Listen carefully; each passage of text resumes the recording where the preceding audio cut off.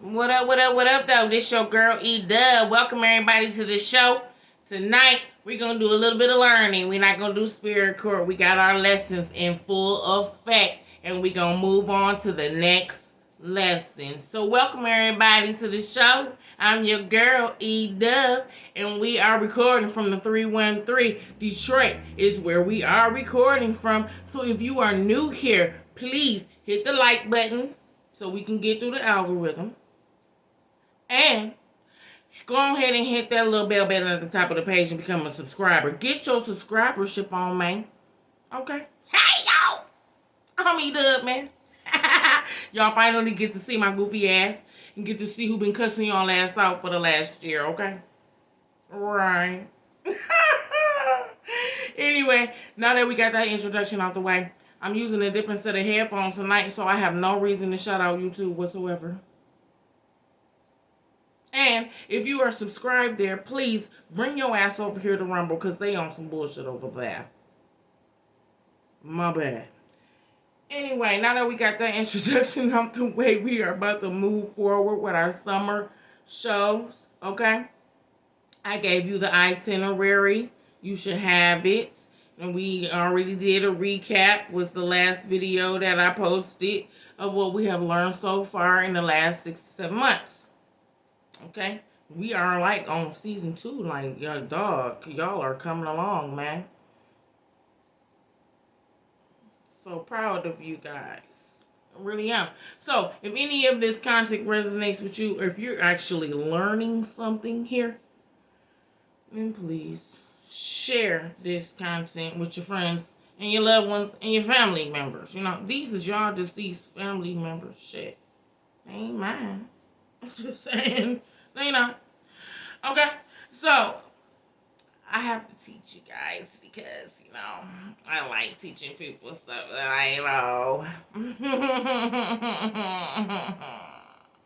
I'm goofy as hell. So, my bad. Anyway, we're going to move on to our next lesson. And our next lesson is magical instruments, tools, and weapons. Okay? Because we don't consider our tools and instruments to be weapons. Only if need be. Like we discussed before, being responsible with your craft. And in order to be responsible with your craft, you have to have discipline. That is correct. Alright, so for tonight's book that we're going to be reading from, if you don't have this book, you need to go get it. Alright, we done read from this book before. I done referenced it plenty of times. So go pick it up, okay? And we're going to read a little bit from this book because he talks about some of these tools and instruments. Alright. So we're going to go ahead, since we don't have a lot of time, and go on to lesson 3 of his book. And this chapter is called Tools, Cloths, and Names. We're not going to read all of it. We're just going to read the instrumental part, okay? Okay. All right. So, Lord, y'all ready?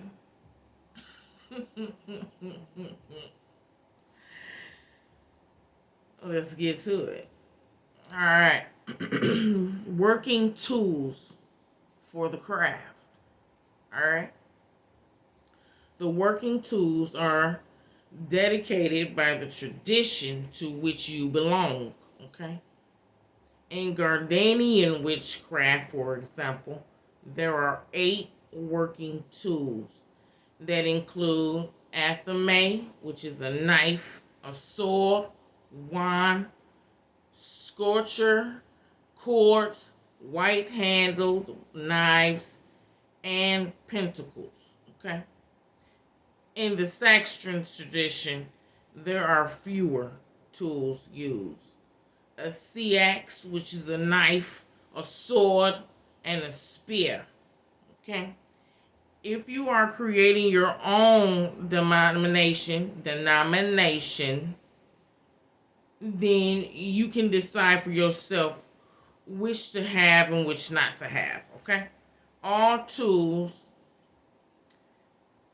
let's see, because I'll be messing up. So, all tools after they have been made.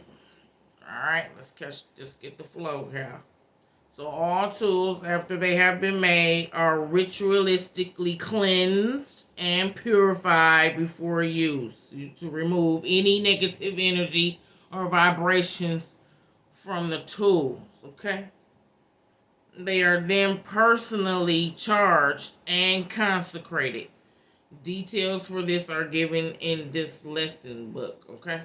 So if you don't have this book, we featured it on our show before. You go pick it up. You might want to get it. For it. Okay? So, my bad if I slip up and stumble up. You know how I am. We are reading this shit together. Okay? I ain't no public speaker. Especially with me having dyslexia. So, I'm being so naked right now. Super.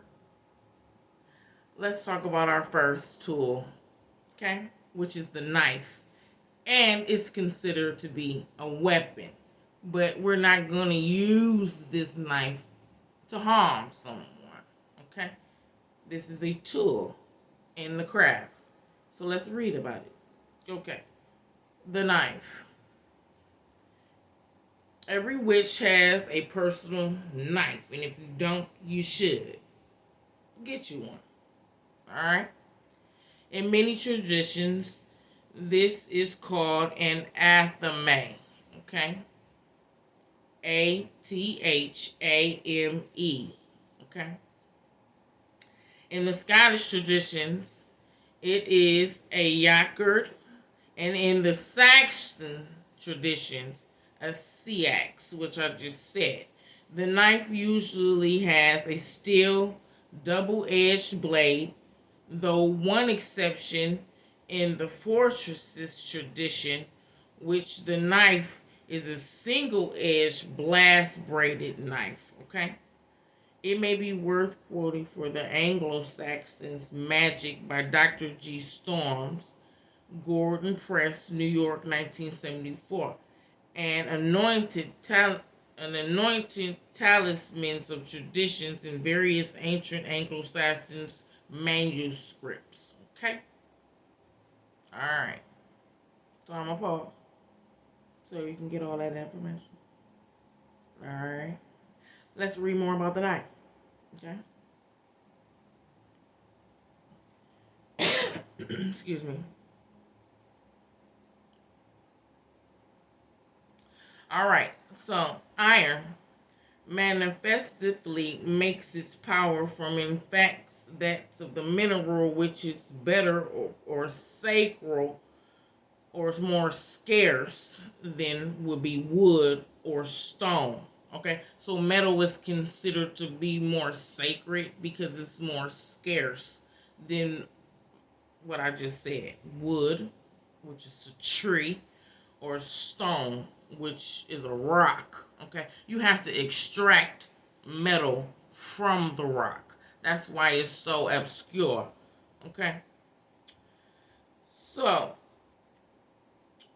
in meteoritic stone, which we just said, it is needed by a specialist and a skilled laborer to obtain the iron. Okay, so you gotta have skills. I think we talked about this before. Okay, I call it the wrong damn name, but it's a blacksmith. Okay, so from the ore of the meteorite, or where the metal endure, and it is to be extracted by a specialist, and then it has to be yielded and broke down into a sharp sword or a knife. Okay, excuse me if I'm stumbling around. So we talked about this already, so this is kind of like shit we already learned. Okay? But this is a reference because we had to get through it, okay? Yay. Alright. Now, let's read this. Indeed, we find many people regarding their blacksmiths as magicians, like I just said, because it takes a special process in order to yield the metal for a knife or a sword. Okay? It takes fire and ice or water and fire to yield the knife. Okay? That's how you get the balance or whatever. This book goes into detail about how to make your own knife. We're not going to read all that shit, though. Okay? Because you can just go buy one. For real. However, it is more powerful if you craft your own tools. Okay? But everybody is not nifty and handy in that division. So I'll just buy one and then make it your own. Okay? So, let's see. I don't think we need to read that part.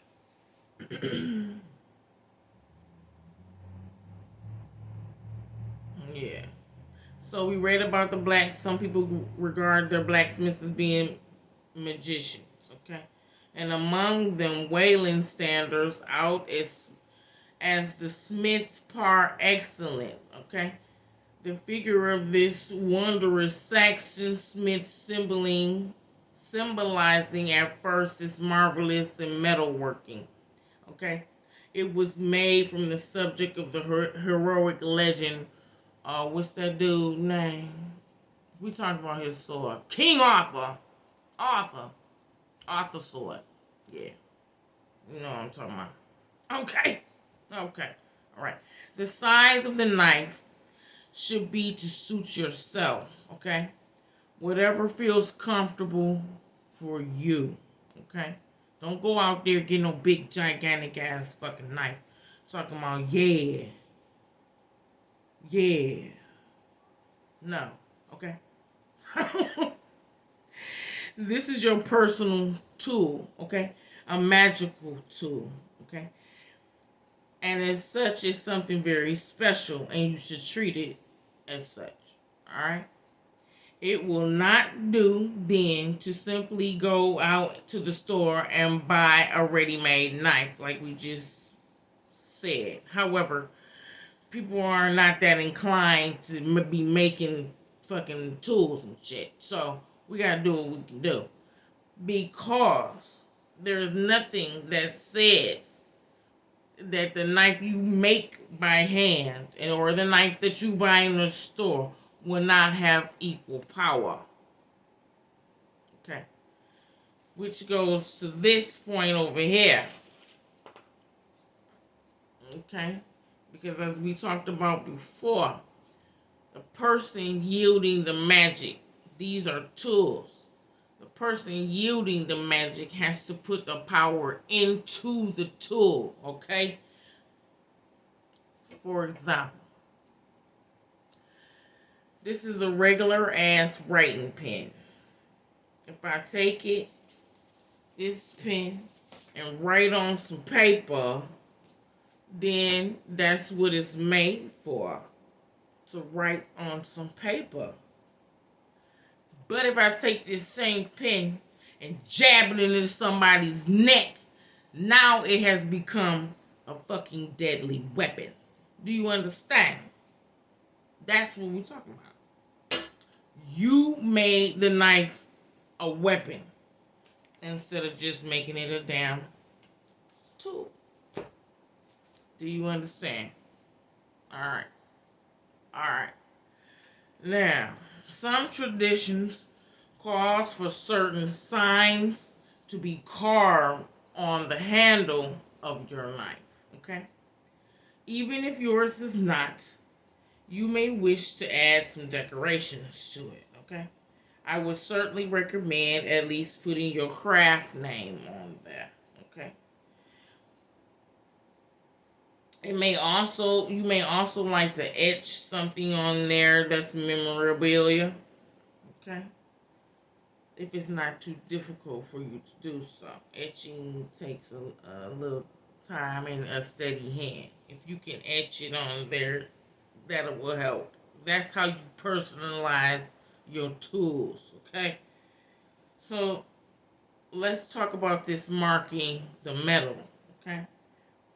So in order to mark a already made knife, okay, like my mother, because I ain't no blacksmith, all right, you have to take some beeswax, okay, and cover the blade with it. Then cut into the wax with a sharp inscribing tool, okay? A sharpened nail will do the trick, okay? In the way you want the inscription to look, okay? Make sure that you go right through the wax to expose the metal, okay? You have to expose the metal of the blade.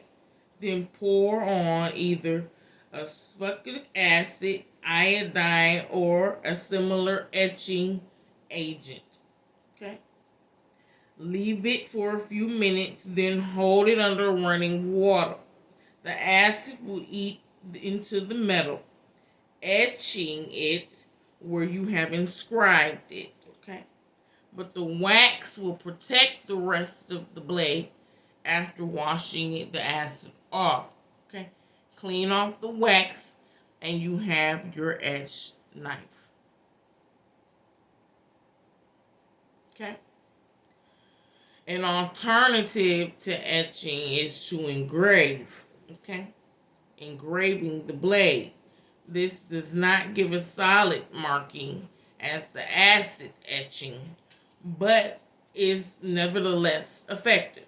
Okay? Engraving is done just like writing with a pen or pencil, but you use an engraving tool instead. Okay? You can purchase one at the hobby store or Michael's, wherever you get your crafts and stuff from. Okay? Simply sharpen a nail or a file to a point and grind on the stone. Thank you. However, a problem many people have with this sharpening tool, excuse me, y'all, is that it is hard to engrave on a hard surface. Okay. And some people's hands may slip and score the metal in the wrong place. Okay. So to prevent from doing that, you gotta make an impression on the knife as to control it easily. Okay. Now, one way to do this is by taking a piece of transparent tape, okay, and taping it to the blade before marking to use as guidelines, okay? Then you can use a pen to trace over it, okay? Then simply follow the guidelines with the engraving tool that you marked with the pen, okay? The tape will be the barrier and will stop the tool from slipping, okay? A monetized engraving tool such as the Dremel does the good job, okay? The main point is that there should be something of you, okay, in the aftermath, okay? So get a knife with a double-edged blade or get one with a single-edged blade and then grind and file on the second edge of it to make it double. Cool. Alright? Such as a hunting knife, and remove the blade handle. Okay? Handles are fitted in a variety of ways. Okay? Some screw off and on directly and some have pommels at the end of them that screw on and off. Some are even renovated on. Okay? However, you have to do this part. Okay? Remove the handle. Okay? And then replace it with one of your own making. And to do this, you can either follow the instructions in this book. Because like I said, he said you gotta pour the metal and everything. Lord. Okay. Or, you know what I'm saying? YouTube it. They got all the how-to shit on there. Alright? Okay. So, now, let's see. Now, after you have done all that good stuff, and again, you want to put your own patterns, maybe your craft name on there, engrave it. Hell, I seen one, the child had beads on her shit, pearls and stuff, and it was pretty. Okay? Just make it your own. Okay? That's all you gotta do. Yeah? Okay. And again, if you wish, you can carve the handle or etch the blade with your craft name in it. Right. Or you can add magical alphabets and detailed letters, okay? Or your magical monograms, okay? In some traditions of the craft, in the Gardenian craft, okay, the knife may only be used in a circle of ritual use, okay?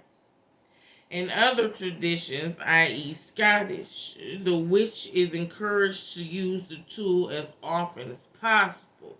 The feeling becoming that the more it is used, the more mana or power will be acquired. Okay? So let's read about the sword. Alright?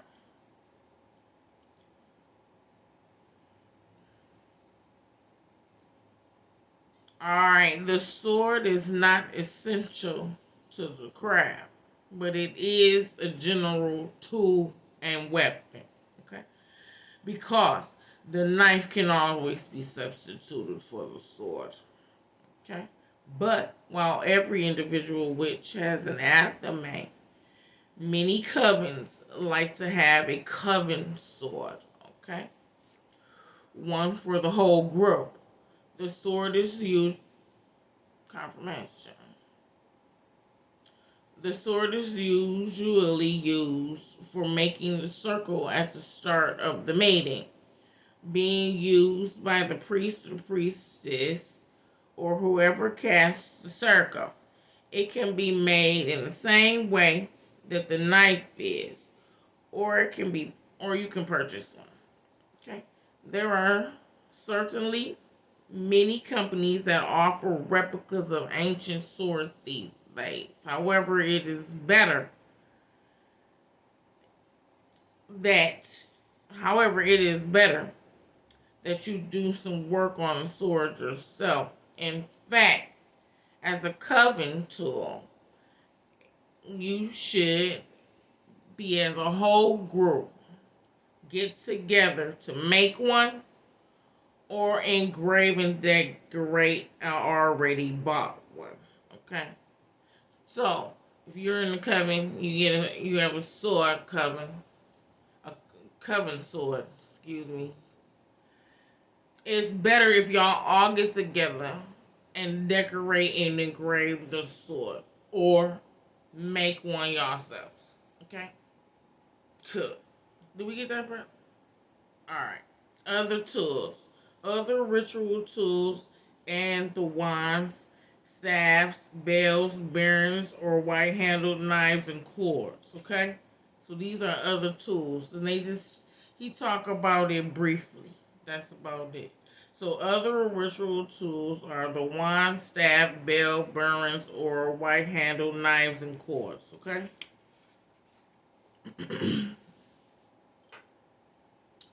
Let's read this about a little bit. I think we still got time in the summer. No. Alright, we're going to make it a part 2. So now that you have this, we went through the knife, we're going to go ahead and get through, what's this next? The wands, okay? And these bells and cords. Yeah. So, join us back for part 2. This your girl, Dubb. Deuces.